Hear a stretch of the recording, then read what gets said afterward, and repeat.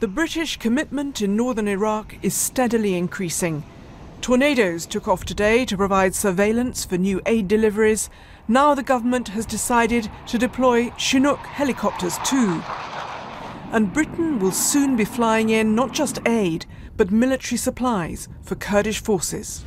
There is a balance to be struck between the risks of doing this versus the accuracy we can get with being relatively low. We take that very carefully into consideration when we're planning these humanitarian aid missions. The US involvement is growing too.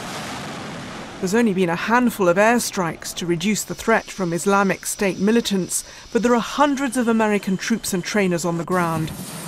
And the word from Washington tonight is that more military advisors may be on their way. Yet when the US and Britain have for so long refused to go into Syria, why intervene in Iraq now? Well, far more than Syria, the US and its allies have deep-seated interests in Iraq due to its profitable oil industry and for historical reasons too.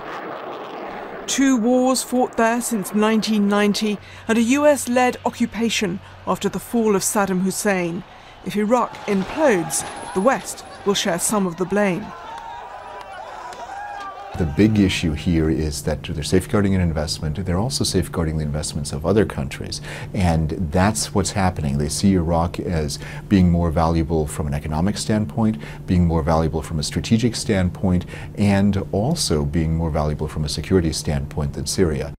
But if the West wants its intervention in Iraq to stay limited, what is the long-term strategy? The short answer is to stave off the worst, an Islamic State victory turning Iraq into a haven for terrorism, or internal sectarian tensions tearing the country apart. I think the West's political strategy in this case is really to buy time. They have to somehow preserve the government in Baghdad, to preserve a Kurdish autonomy in northern Iraq, to hold as much of Iraq together as possible. If they don't do something, Iraq will simply disappear. It's not just the West's concerns over how to solve Iraq's crisis that matter. A new central government in Baghdad, strong enough to hold the country together and counter the extremist threat, will only work with support from Iran too. Which is why Tehran's backing today for the new Iraqi Prime Minister designate is so important. One good piece of news today, Iraq's outgoing Prime Minister, seen as part of the problem, may now step down without a fight. But it could be Iraq's crisis is already out of control.